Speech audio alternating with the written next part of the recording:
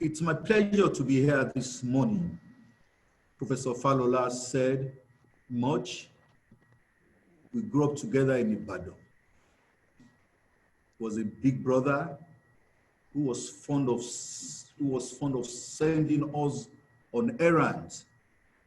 I'm not going to tell the whole world the kind of errands he was sending us on that time. Baba Timi Laoye. I was fortunate to see him at close quarters because I schooled in Ede. I went to Adventist Grammar School Ede between 1970 and 1974. So in terms of development, whatever you see in Ede today, Professor Yeweso mentioned the universities that you have in Ede, the higher institutions that you have in Ede present. These are products that did not just come up overnight. These are products of serious social engineering. These are products of serious sacrifice on the part of the elite of Ede in the 40s. The Edes made up their mind that after Timi Akongbe, they were interested to enthrone an educated elite as the Timi. It was a serious struggle for historians, which we all know. Between 1946 and 1952, there was no royal stability, even in Ede, because there were serious litigations up to the Privy Council. It was the Privy Council that established the reign of Timi Adetoyese Laoye successfully in 1952, but it was enthroned in 1946. For us to understand the economy, the modernity of Ede today, you have to understand Timi Adetoyese Laoye. His conception of man, his worldview, his religion.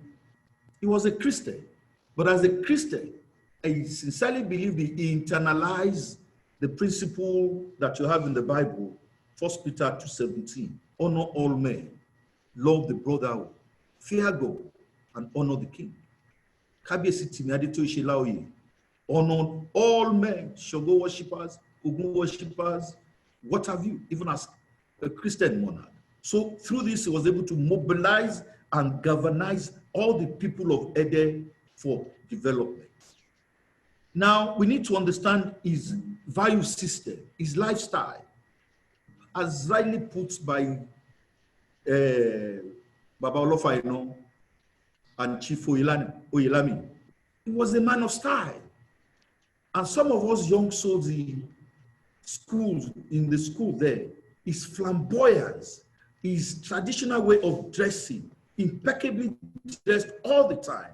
You wish to just be like him when you are old. So for me, as the Orangun of Oke-Ila, he was an inspirer. I didn't go to school, I say it all the time, I didn't go to school to be a king.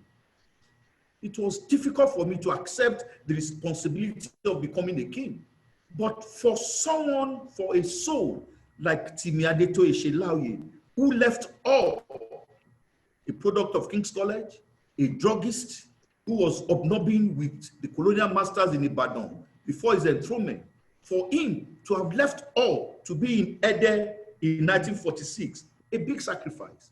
So that is to understand who he was, his total commitment to Ede, his love for Ede, and the need to sacrifice for the greatness of Ede today. His attributes as a leader, he was a great man, character-wise, full of wisdom, accommodating.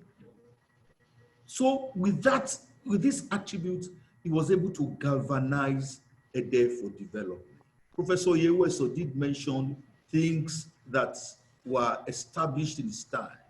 It was in his time that St. Kizito's got to Ede. It was in his time that Erile Waterworks, Erile Dam was established in Ede. It was his time that the Queen's School, Ede, came into existence. And also it was his time too that the Queen's College, because the Queen's College was taken from Ede back to Ibadan in 1967. It was his time that Adventist Grammar School Ede came into existence. And to the glory of God, some of us who people believe that we are doing well in Nigeria today, we are products of these great schools. Baptist High School Ede, established in 1963. So if you look at and in Ede, when we were there was only a bank throughout the length and breadth of Ede. In 1970-74, I was in Ede, National Bank. Can you imagine the number of banks that you now have in Ede? And again, Ede there, I'm fond of saying it, there was only a taxi driver in the whole of Ede between 1970 and 1974. I learned that the man is still living, and this is a man that the people of Ede should always celebrate. And those of us that are Ede iniquity, Alani Okonos. Can you imagine the volume of taxi drivers that we now have in Ede today?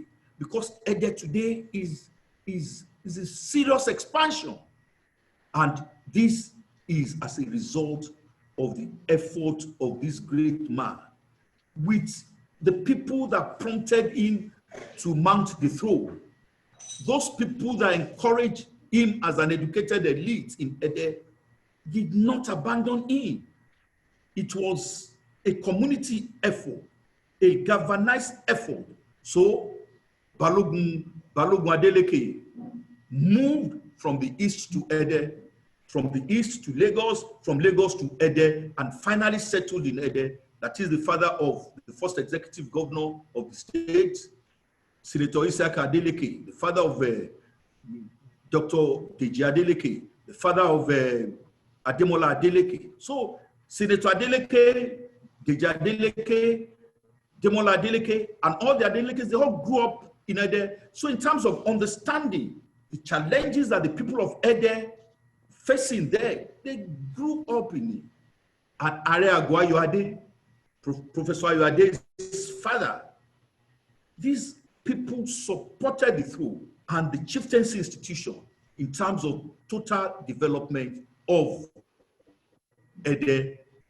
Now, we need to understand where Timi Adetoyese, in terms of the course of history, where he wanted to put Ede to. So he uses cultural exposure to attract development to Ede, unknowingly to a lot of people. It was a gradual development.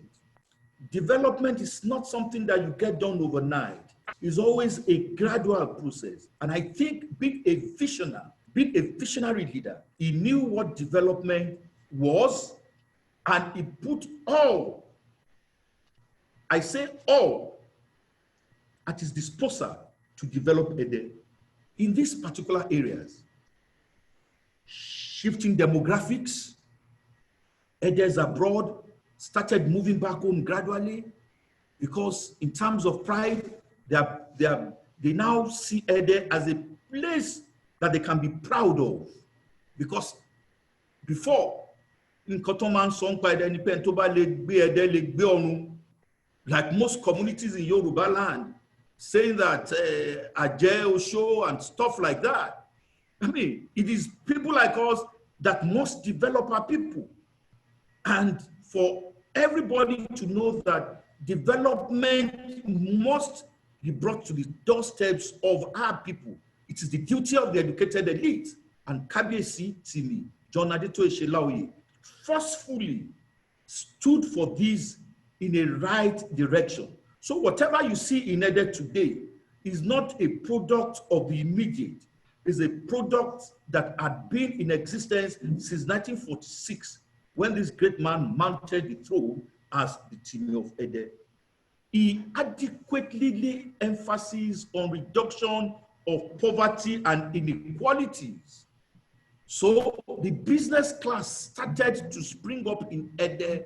The Oba Adetoyese Laoye started doing business in Ede as a produce merchant, making money. And people now see that with the large population of Ede, it was possible for them to sit in Ede and make money. And the deficiencies that you have in the traditional institutions, in the chieftaincy institutions, this man, yes, please. Yes, 10 minutes. You have utilized your 10 minutes. Wow. We'll come All back. in the chieftain. Okay. We can, we can go extensively to discuss this great man.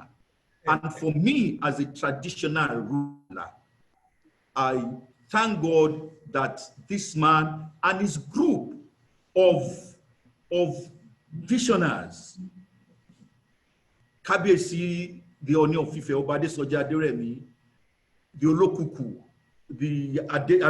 Baba Adenle, they set the standard for us. And I'm proud to always tell people that a major institution for the development of our people today in Yoruba land is a traditional institution. I thank you. Well, thank you so much for your contribution, adding more testimonies to our understanding of Kabiyesi, the struggle for power, and the relevance of chieftaincy. A book on the Yoruba is 2 days old. This is the conference that you joined us to attend. Yes. At Agowe on Professor Atanda. It's a very long book, it's 700 pages long. I don't write short books, by the way. And then this is Kabiyesi picture here with the Alaafin of Oyo. You may not be able to see it very well unless your system is very good. We have 7 photographs of you in this book. Thank you. And when international travels resume, you will get a copy of